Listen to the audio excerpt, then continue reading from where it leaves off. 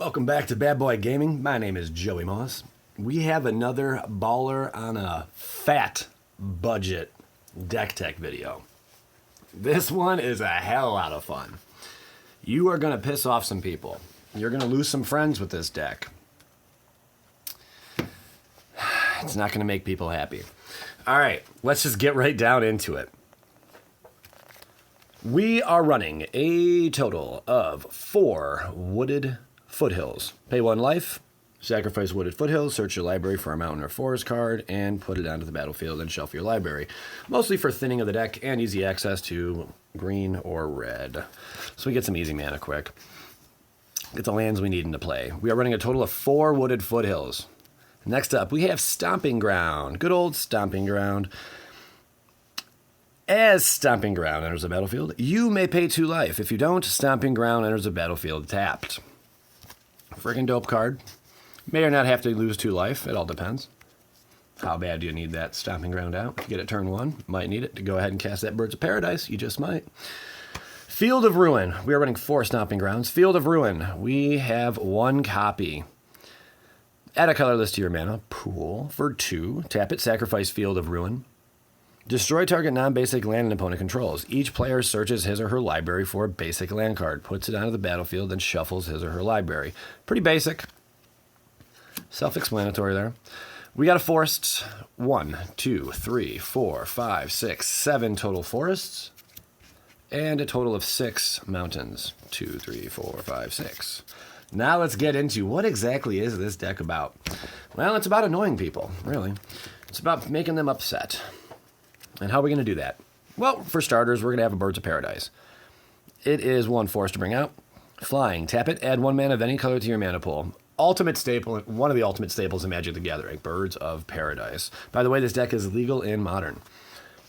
It is a 0-1. We are only running 3 Birds of Paradise. I know what you're thinking. How is that possible? Only running 3. Arbor Elf. Casting cost 1 forest. Untap target forest by tapping Arbor Elf. Amazing card. We're going to use that in combination with Utopia. You'll see in a second. We are running 3 total Arbor Elves. Now this one was rather tricky for me. I couldn't decide exactly what I wanted to do with this card. I wanted to have a playset of them, but we're only going to run 3 of the Crewfix. For 1 colorless and 2 forests, it is an enchantment creature, Centaur. Play with the top card of your library revealed. You may play the top card of your library if it's a land card. Whenever a land enters the battlefield under your control, you gain 1 life. It is a 2/4. Amazing creature. It helps us get to the cards we need a little further, a little quicker. It's like almost 30% of the time it's like an extra land draw, or it's an extra draw. And we want to have cards in our hand, and we want to have a lot of cards in our hand, and we want to be able to drop cards on the battlefield, you know? And that's basically what it's doing. It's not necessarily drawing a card for us, but in a sense it is. We are running a total of 3 of those puppies. Moving forward, Tireless Tracker. This card is really kicking up dust, guys. For 2 colorless and a forest. Creature, human scout. Whenever a land enters the battlefield under your control, investigate. What does that mean? Basically, put a colorless clue artifact token onto the battlefield with, for 2, sacrifice this artifact, draw a card. Whenever you sacrifice the clue, put a +1/+1 counter on Tireless Tracker. Pretty friggin' dope card. It's really going to help out the deck a lot. It adds some card draw ability, and we're making this guy a bit bigger and beefier every time. We are running a total of 4 Tireless Trackers. Good old Blood Braid Elf. Awesome card. Awesome card. This card's seeing a heck of a lot of play again now that it was unbanned. And due to its unbanning, we're going to go ahead and run that sucker in this deck. Blood Braid Elf. It is 2 colorless and a mountain and a forest. Berserker. Are you berserker? Okay, I'm done. It is haste. It's an elf berserker. It has Cascade, which is why it's up in the deck. When you play this spell, remove cards from the top of your library from the game until you remove a non-land card that costs less. You may play it without paying its mana cost. Put the removed cards on the bottom in a random order. Holy dopalicious. It's really going to accelerate the deck and get to the cards we need. Basically, again, like it's almost, in a sense, adding like a draw, you know, for us. It's going to help us get to specific cards. Imagine just getting to that Tireless Tracker real quick. Bada bing, smack it on the freaking floor. And go to town, man. We are running a total of 3 Bloodbraid Elves in this deck.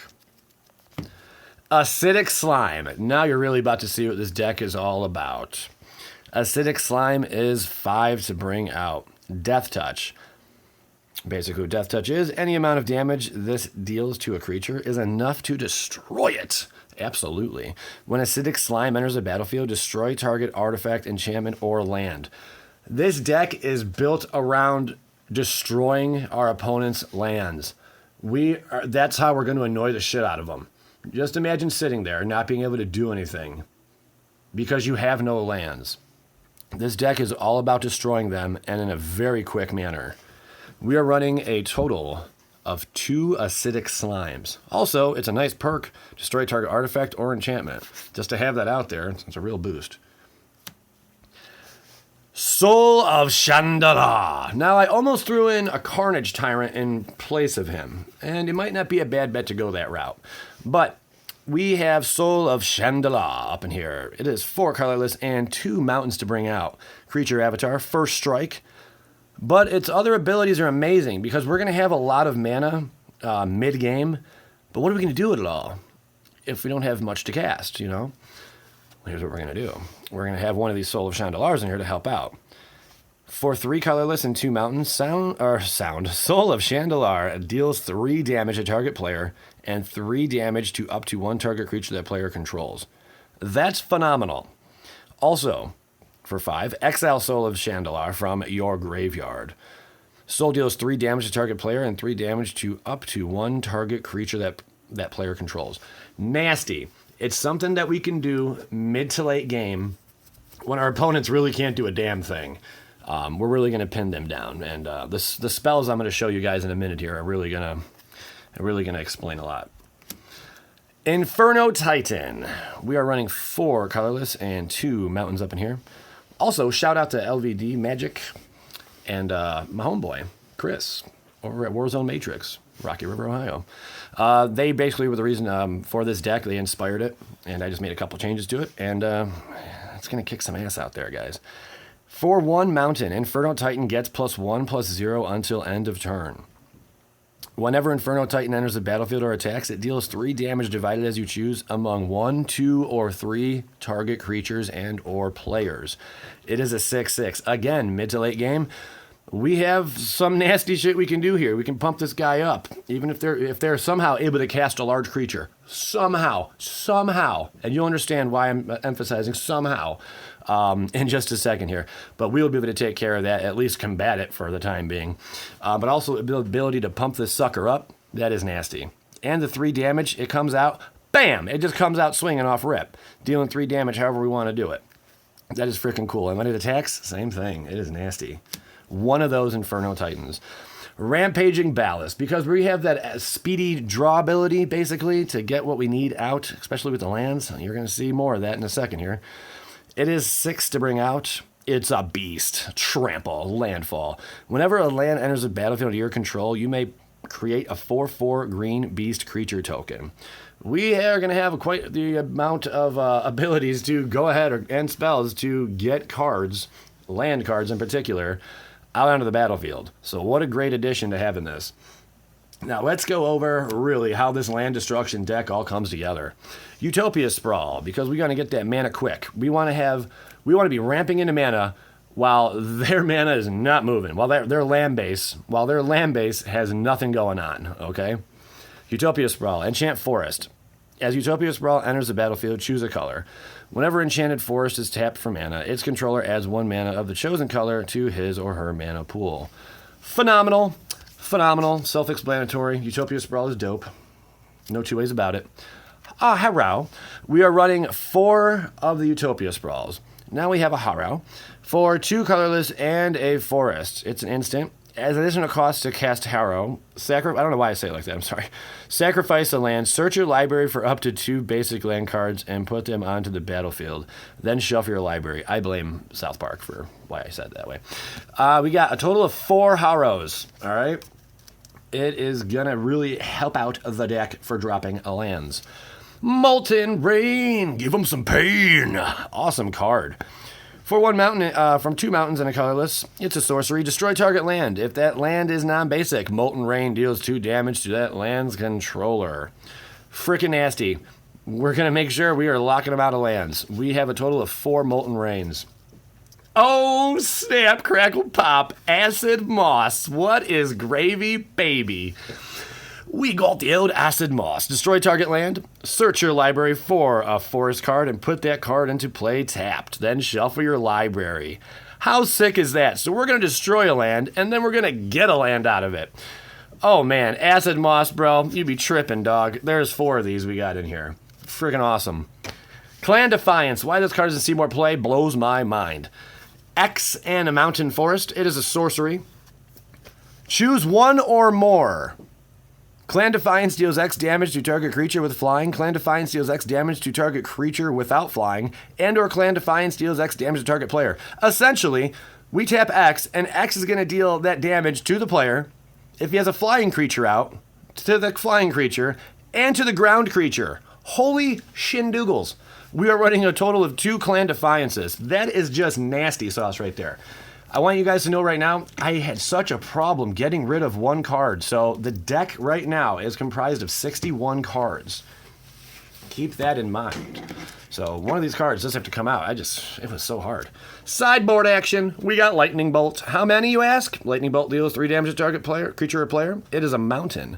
We have a total of 1, 2, 3, 4 Lightning Bolts on the sideboard.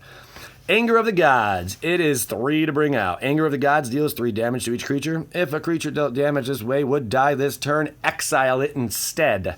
Just in case they have a whole bunch of problems out there, and we got Lightning Bolts for them, and we got Anger of the Gods just to annihilate. Maybe they're running some white weenie crap. I don't know. But this will definitely take care of that.